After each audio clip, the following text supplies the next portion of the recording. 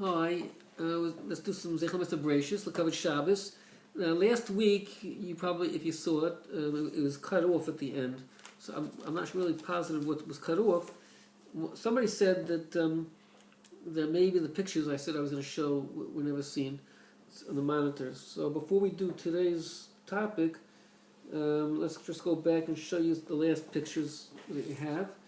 The top picture is of a lace monitor. The top one is eating an insect. There's a baby eating an insect, and an adult eating a rabbit that was actually run over by a car.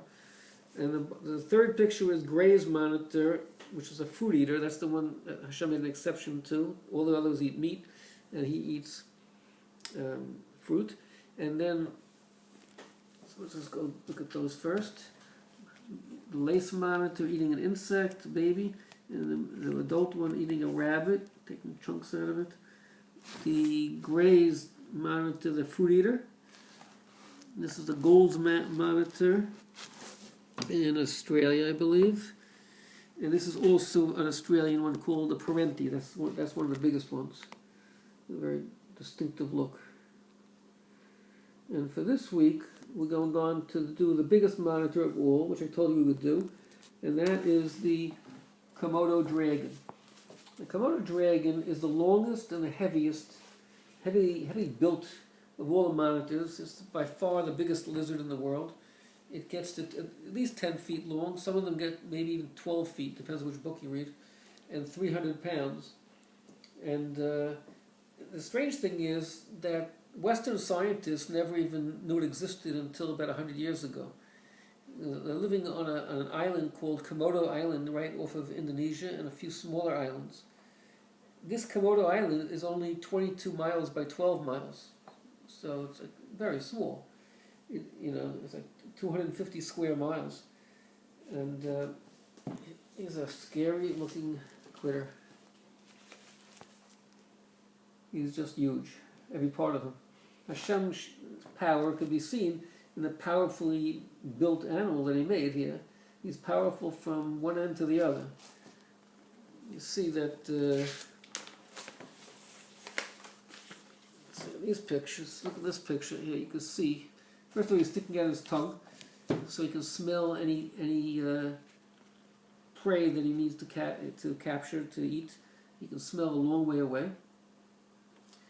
And he's got this huge tail, which is the size of his whole body and head together, and it's a very powerful tail. And he's got stout, heavy built legs. They're short but thick, very thick neck and head, and he's got gigantic claws.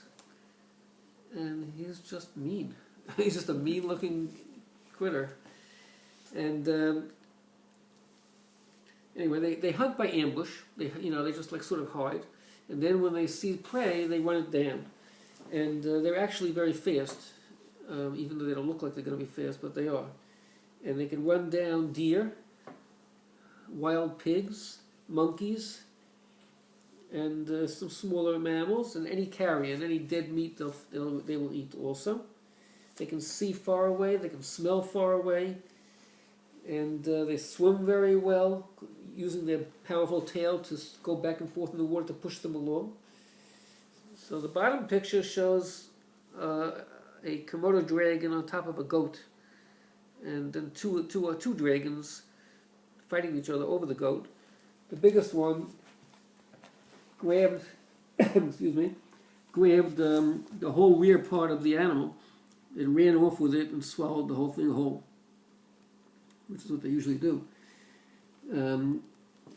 They'll tear it apart with claws and teeth and then swallow big lumps whole. And Hashem gave them, the back teeth are finely serrated, like a serrated knife, to help them cut the meat.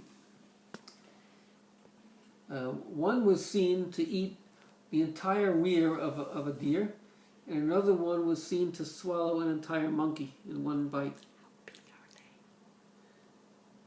I said how big they are. 12 feet long, 10 to 12 feet long, 300 pounds, this monster of a lizard. And the biggest Komodo dragons will not let anybody else eat until they eat first. They'll whip them with their big tails to keep them away.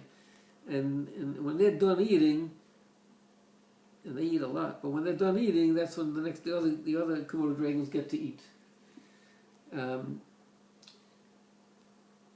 They eat big meals.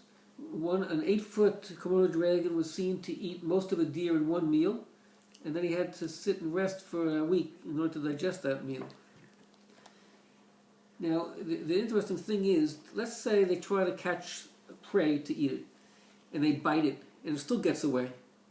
Well, it's not going to help that prey, because in the saliva of the Komodo dragon is a very powerful poisonous bacteria. So that animal will surely die within a couple of days. And I guess the Komodo dragon then smells it, and then he finds it, and then he eats the meat. Because the animal will die from blood poisoning from that bacteria. Sometimes they will even climb trees using their powerful claws to pull them up. They don't do it often because it's a big job for them to climb a tree. Now, about 5 weeks after mating, the female digs a hole in the wet earth, moist earth, lays about a dozen eggs. She covers them and just leaves them alone. They'll incubate for 8 months. After 8 months, they'll come out. They're very small, they're 8 inches long, and they're in great danger. The new ones, the new young, because every animal on the island will eat them. But the biggest danger of all are Komodo dragons. The adult Komodo dragons will eat them right away. So Hashem gave them an instinct. As soon as they come out of the eggs, the first thing they do is run straight to a tree and climb up high in the tree. And they stay there until they're about over 3 feet long. They eat geckos and skinks and insects.